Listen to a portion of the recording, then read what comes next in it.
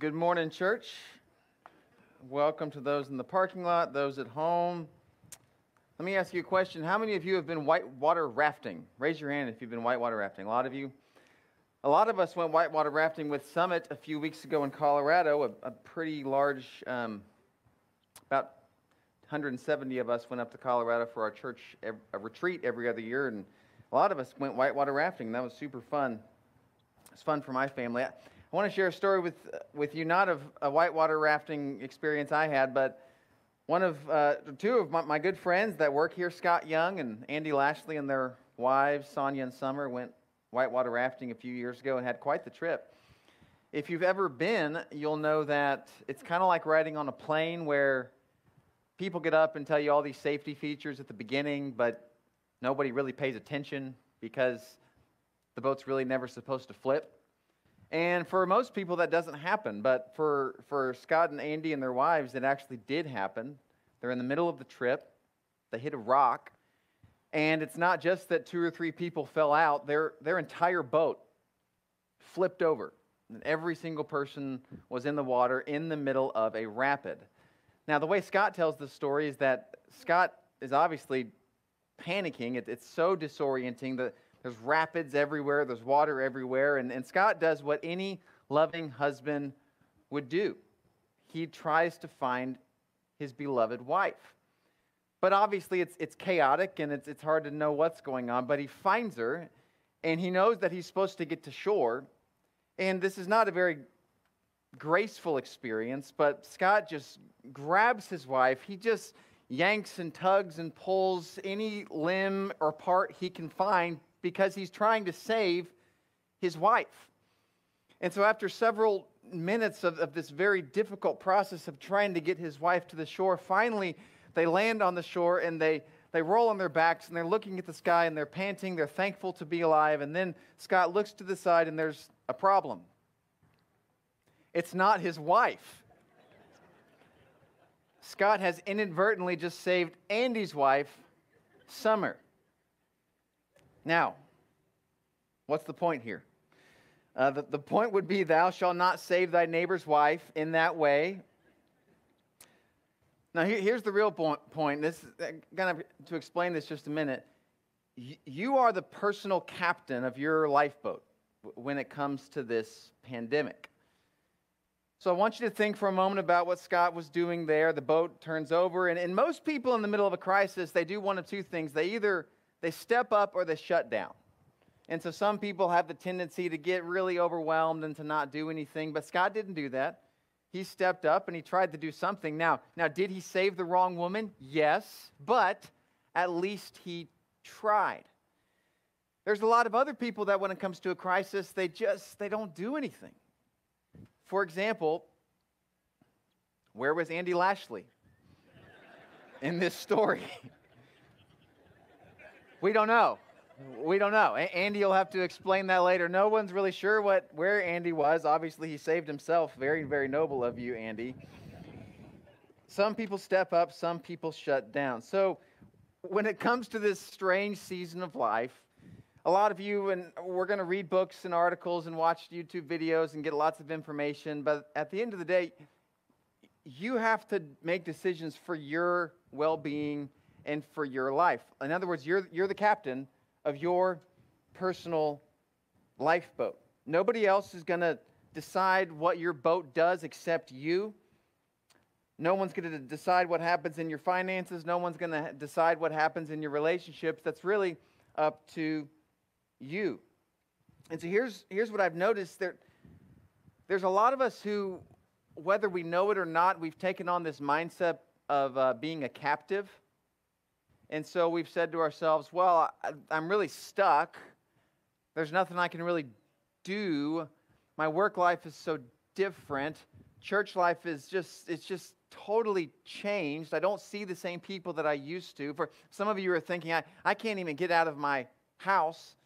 The school system is just radically different. And so some of us, because of all these changes, we tell ourselves, well, I'm just the victim. I'm just a captive. There's really nothing that I can do. My hands are simply tied. But what I'm going to talk about today for just a moment is this. I really want you to start thinking about this idea that you are a captain, not a captive. And so, yes, on the one hand, you can spend this particular season of your life simply asking the question, well, when is this going to end? Or you can spend your time thinking about this question: what is my best next move? What's my best next move? And if you spend your time thinking about that particular question, then what's going to happen is you probably are not going to feel as sorry for yourself as you might have in the past, and you'll actually start making progress. Because at the end of the day, no one else is in charge of your spiritual life except you. And nobody else is in charge of your friendships and your relationships except you. And no one's in charge of your financial practices except you, because you're the captain of your personal life boat. And so I'm going to challenge you today, as the captain of your lifeboat, to reimagine and to take back one particular area of life, which in my opinion, a lot of us are letting float away. See, when you're in the middle of a storm, when you're in the middle of a rapid, you have two choices, really. You can float or you can swim. And floating is a passive act, and swimming is an active act. And for a lot of us, we're simply floating. And what I want to challenge you to do today on this specific area of life, which I haven't mentioned yet, is I really want to challenge you to start swimming, start doing something about this area of life. And so before I tell you what it is, I want to go to a story in the Bible, which I have, in my personal life, found pretty helpful over the last few weeks. I want to talk about the story of Joseph from the Old Testament. So this story is very instructive because there's actually a lot of similarities between what Joseph went through and what we're going through. So you think about Joseph, most of the things that happened in his life, he did not control. He was plunged out of all normalcy for reasons totally out of his hands. When he comes into the scene in our Bibles in Genesis 37, this guy he's a bright young man. He's handsome, intelligent, full of promise. He's got a job.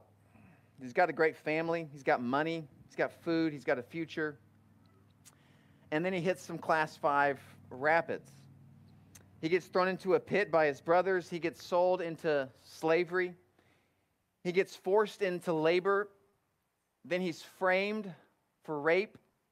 He's falsely accused. He's falsely incarcerated. And then the one guy who could get him out of jail conveniently forgets that he's there. And so Joseph, for all intensive purposes, was one of the very first victims of what we call today cancel culture. His existence was more or less wiped out from the face of the earth. Now, to me, what's even more remarkable than what happened to Joseph is how Joseph responded to what happened to Joseph. And so I want to zoom in on a scene here. He's just been sold to Potiphar. He misses his dad. There's probably some culture shock going on. And here's what we read in Genesis 39, verse 2. The Lord was with Joseph, which, by the way, that is actually the main theme of the story of Joseph. It's the faithfulness of God. He's not going to give up on Joseph, even though there's all this horrible things happening to Joseph. So that's the main theme, God's faithful. But there's a second really important theme in this story, and it's the theme of partnership. And this is the theme in which what God wants to do in the world, he's actually doing through his people as they make their daily decisions. And so to continue with verse 2, the Lord was with Joseph so that he prospered and he lived in the house of his Egyptian master. So let's stop there and just pause and think about what would that have been like to live there? Well, this means that Joseph would have done things like fetching the water. He would have fed the animals, probably would have washed clothes. He would have got to know other slaves, other people. In other words, he didn't just sit around feeling sorry for himself. He actually got really good at living life. In fact, he was so good at living and serving and relating that verse 4 says this: Potiphar put him in charge of his whole household, and he entrusted to his care everything that he owned. And so in other words, the image I want you to get here is that Joseph's in the middle of a rapid. He's in the middle of a storm, but he's not floating. He's swimming. Like he's doing something active, not passive. Here's another scene from the story of Joseph. We'll zoom into this part. He's on trial here. This is Also, chapter 39, he didn't go on trial. He actually didn't get a trial at all. He's put in prison.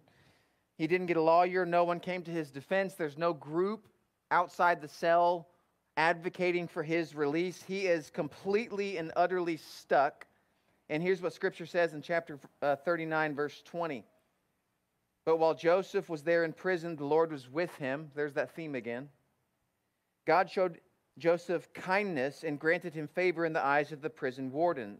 So the warden put Joseph in charge of all those held in prison. So again, what's happening here? Number one, God is faithful to Joseph. But number two, Joseph is faithful to his moment. And so imagine for a minute, how do you get promoted when you're a prisoner? Well, the way you get promoted is you do your job really, really well. And you have a good attitude and you follow orders. And when someone asks you to do something, you do it. Like, this is the kind of thing that Joseph was doing. He wasn't feeling sorry for himself.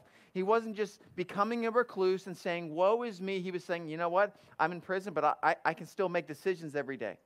And so he was not shutting down. He was stepping up. He wasn't floating. He was swimming. And so here's my challenge for you. We're obviously in the middle of a year-long rapid that doesn't seem to be ending. But there's one particular area of life for a lot of us that, in my opinion, and again, I don't know exactly what's going on in every one of your lives. I'm just saying generally, I feel like this area of life, there's a lot of us who have stopped swimming and we're just floating. We're not being intentional at all about this area of life. And the area I'm talking about is our friendships. So here's what a lot of us have done. We have more or less put our friendships on the back burner under the general excuse of, well, it's the pandemic. What are you going to do? Everything's different. My job is different. Work's different. Church is different. We can't get out of our house. We got to wear masks. It's hard to even understand people. So I guess I just won't really focus on my relationships for the time being. I'll pick that up on another year. That's what a lot of us have done. We've just put our friendships to the wayside. But let me ask you a question. If the person in this world that you love more than anyone else came to you with this predicament of I don't know what to do about my relationships, would you tell that person just to take a year off?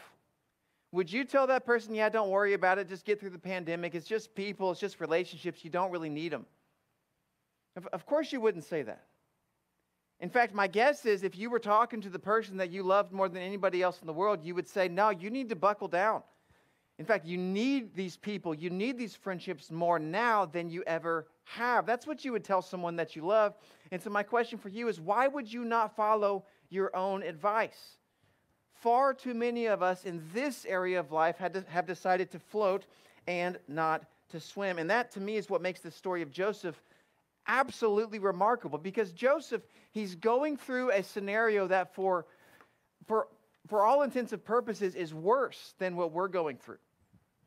I mean, he's been thrown in jail. He's taken away from his family. He's a slave. The guy has no rights. I mean, he's going through a super, super difficult time. And so if anybody had the right to say, yeah, whatever, I'm done, I'm giving up, I'm just going to become this bitter old man, like, Joseph had the right to do that. And if Joseph had given up and said, yeah, whatever, I'm not going to do this, God gave up on me, therefore I'm not going to try, if he had done that, none of us would have judged him. In fact, most of us, if that's how the story read, we would say, well, you know what, that's exactly what I would have done. If I was betrayed, if I was rejected, if my family disowned me, if I was thrown in jail, if there's no way I'm going to get out, if I'm that hopeless, I'm going to give up too. None of us would have judged Joseph if Joseph had just decided, I'm done with my life, my relationships. But that's what's amazing about this story is that Joseph, he wasn't a captive. He was a captain. And it didn't matter whether he was in a pit or it didn't matter if he was in Potiphar's house or if he's in jail, he's still going to wake up in the morning and decide, what's my next best move? See, Joseph knew that God was with him and he acted like it. Like, how would you live your life if you knew 100% that God was with you? Like, what would you do today? What would you do tomorrow? Specifically, the one thing I want to highlight in this story of Joseph is this. Joseph didn't relinquish his relationships. Now, there's no exact line I can pull from the text to say that he was really focused on his relationships, but I can say this. You don't get promoted in Potiphar's house, and you don't get promoted in prison unless you are investing in people. In other words, what happened to Joseph is it didn't matter how bad his disaster was, Joseph recognized his need for people. And here's what I would want to say to you. Even though this is a really, really, really weird time, and I know that you know this, but as your preacher, I'm just reminding you of this. You need people. And the reason you need people is because you were made in the image of God. And if you strip down God to who he is at his core, he is relationship at his core. He is Father, Son, Spirit.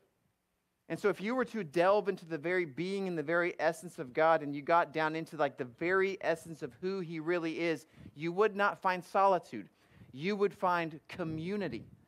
God exists in relationship with himself. It's that significant to him. And you're made in his image. And so what that means is that I don't care how independent you are or insecure you are or how much money that you have or how secure you are in yourself or even how socially awkward that you are. You're not an island.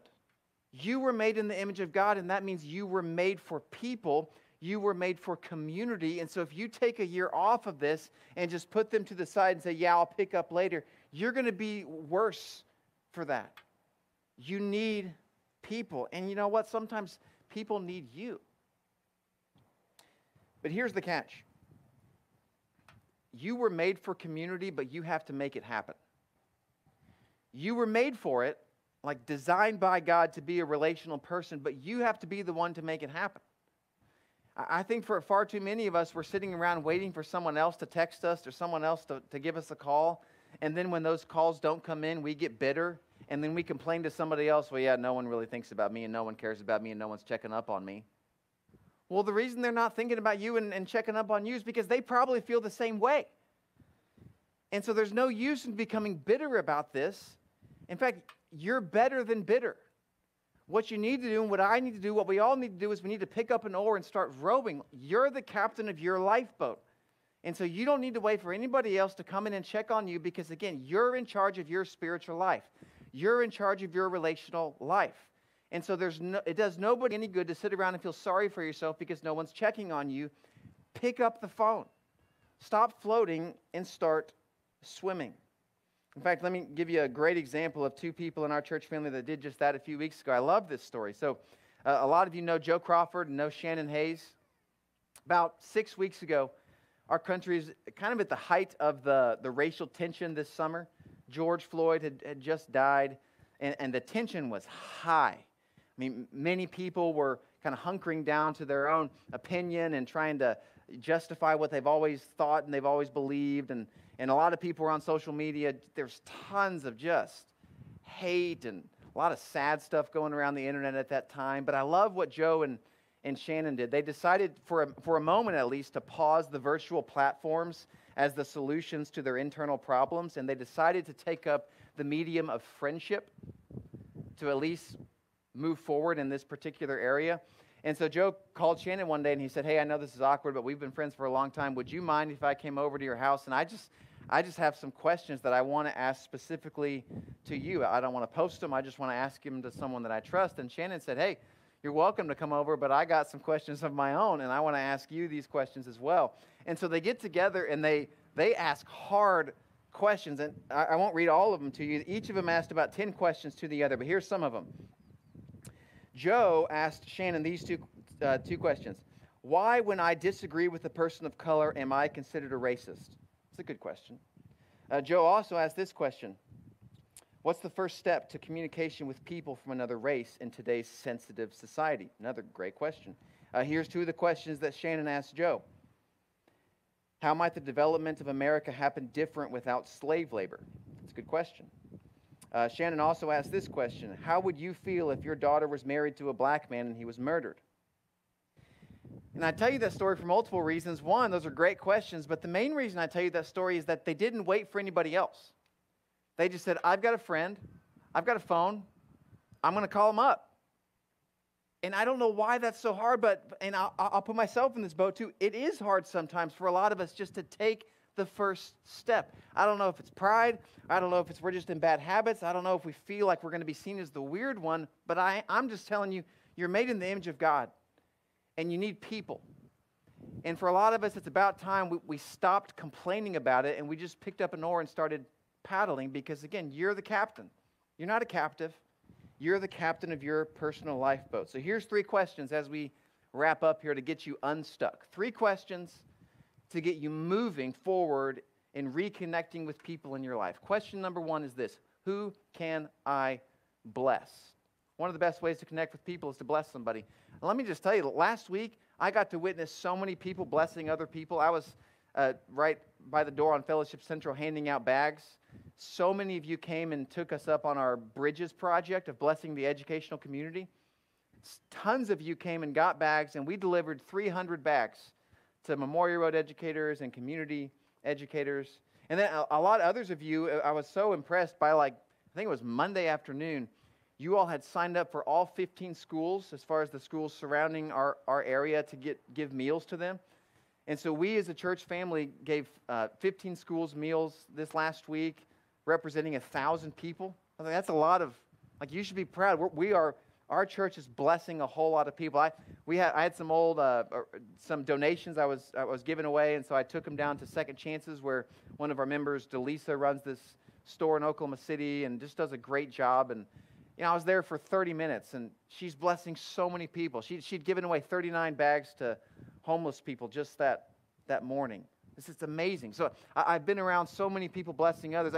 We got an email from one of our members last week that said, "Can you just give me the name of someone who's shut in? Because I just want to take that person in my car and just drive them around the city just to get them out of the house." A lot of you are starting to bless others. And so the reason that question is so important is if you're trying to figure out, okay, how do I get people in my life? Who can I bless? That's question 1. Question 2 is this: who can I trust? Everybody needs somebody to be really honest with. It's you've got the surface level stuff of life where you talk about the weather and you talk about the thunder, but every one of us has the deeper things, the things we worry about, the things we're concerned about, the things that Joe and Shannon talked about. You need someone to talk about those things with. And so question 2 is, who is somebody that I can trust? And so maybe this week you text that person and say, "Hey, can we take a walk? Can we talk?" You need that person. Question 1, who can I bless? Question 2, who can I trust? Here's question 3. Where can I join?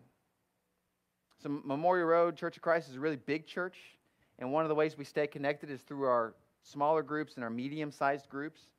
And it's been pretty crazy for a few months now, but we're taking some really proactive steps to make sure that all of our systems are up and running again. And so what I really want you to do on this one is we have a webpage, mrcc.org/connect, that has every single way you can connect to this church family on that page. So if you're looking for Q groups, it's on that page. If you're looking for Bible classes, it's on that page. If you're looking for counseling, it's on that page. If you're looking for Celebrate Recovery, it's on that page. If you're just I'm new, I don't even know where to start, there's a link on the page exactly for that question.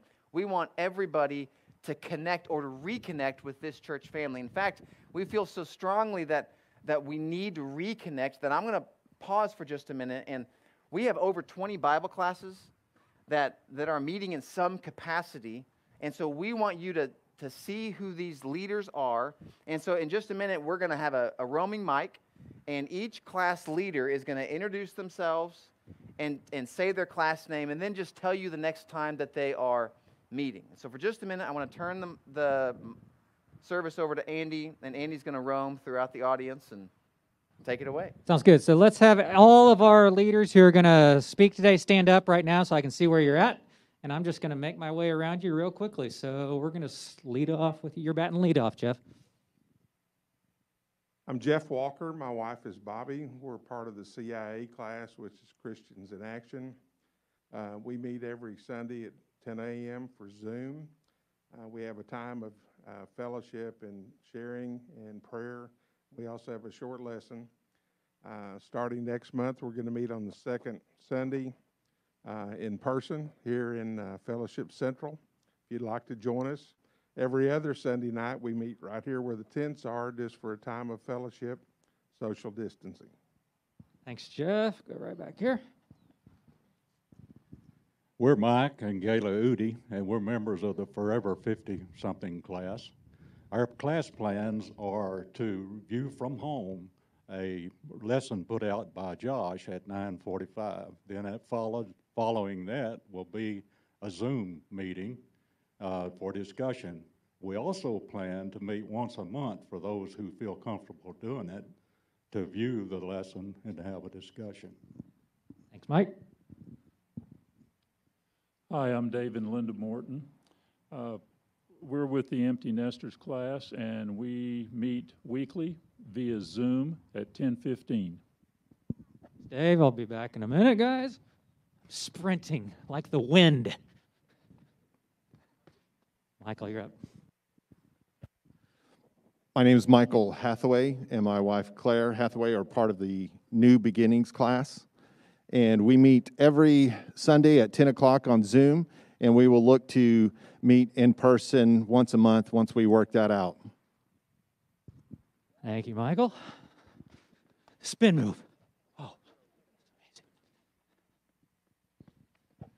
This is Patty Simmons. I'm her husband, Jeff. We're with the Foundations class. We will be meeting here at the building the first Sunday of every month. And then also our families are getting signed up for 3x3s, where we'll be meeting in each other's homes in groups of 3. thank you, Jeff. Another Jeff. Incidentally, winning the prize for the best dressed in the parking lot.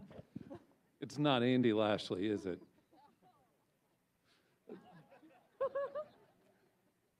My name's Jeff Tiefertiller, my wife Tessa. We meet via Zoom in the Christian Families class at 10 a.m. and we are starting to have a class party, get together once a month, outside socially distanced. Sorry, Andy.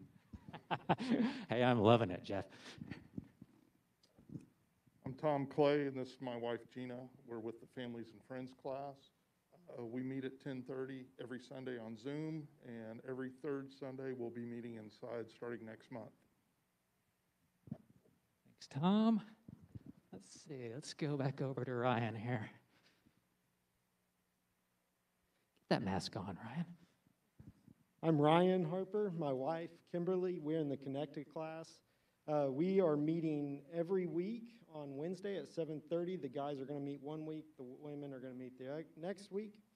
We are meeting at our houses, on our packed patios, in our backyards. We hope you reach out and get connected with us. Thanks, Ryan. I'm Todd. This is Kathy Wright. We're in the Cornerstone class, and we meet at 10 o'clock on Sundays for a Zoom class. Then after that, we break out into some small groups on Zoom. Thanks, Todd. I'm Taryn, and this is Aaron Conduct, and we're part of the Generations class. We meet at 9:45 on WebEx every Sunday, and starting in September, we'll meet in Fellowship Central on the third week, and we do 3x3s. Awesome. Thanks, guys. Eric, coming to you.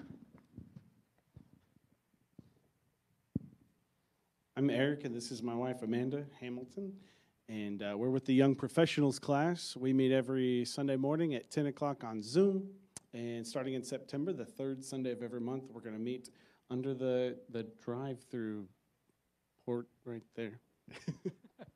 We got it. Thanks. All right. This is David and Susan Hustlig. We're with the International Baba class. It's where we're actively swimming to fill the great commitment. We meet on Saturday evenings at 7:30 and also a Friday time Sunday morning. Thanks, guys. I'm Casey, and this is Brittany Thomas, and we're with the Thrive class. And in September, we're going to be meeting at the Hartman Place every week after service. Thanks, guys. All right. Still going. Here we go, Jeff. I'm Jeff McKnight. I currently do not have a wife, but I'm part of the launch class, and we meet every Sunday on the deck by the summit of Memorial Road, and we're having a good time. Thanks, Jeff. Ladies, you know where you can find Jeff over here, all right? I'm Austin McCray, a part of the REACH class, and we're meeting every Sunday, one Sunday via Zoom, and then one Sunday in person. And then today we're meeting at 9:45 at Bickham Rudkin Park, which most of you probably know as Smokers Park. So it's just right over there next to the dog park. Excellent. All right. Evasive maneuvers here. Am I missing anyone else? Dennis and Elaine Kelly, and we're with the Upward Bound class, and we meet every Sunday at 10 a.m. via Zoom. Thanks, Dennis. Did I get everybody? All right, that's it.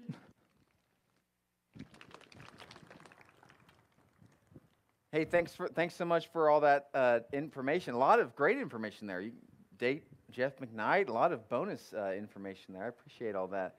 Hey, main reason we did that is we just want you to know, like, it's one thing to show up either in the parking lot or watch at home and watch our services, and that is important, but we want you to get connected. That your walk with Christ is only really as strong as your Christian friendships, and we want to be a place where you can find those friendships. And we can't sail your boat for you, but we can certainly create an environment in which you can find the people that you need. And so remember, you're not a captive. You're a captain, and don't ask the question, how long is this going to last? Ask the question, what is my next best move? And then take it, if you'll bow with me in prayer. Father, we're so thankful for this church family and for all the relationships that we see here, and we're grateful for so many years of community where so many brothers and sisters supporting each other. And Father, I do pray right now specifically for the people that feel disconnected. Maybe they used to be connected and that they're not anymore, or maybe they're new and are ready to get connected for the first time. And Father, I pray that you'll lead these people to the right friends and the right classes and the right Q groups so that they can find the connection that they need, Father. In Jesus' name we pray. Amen.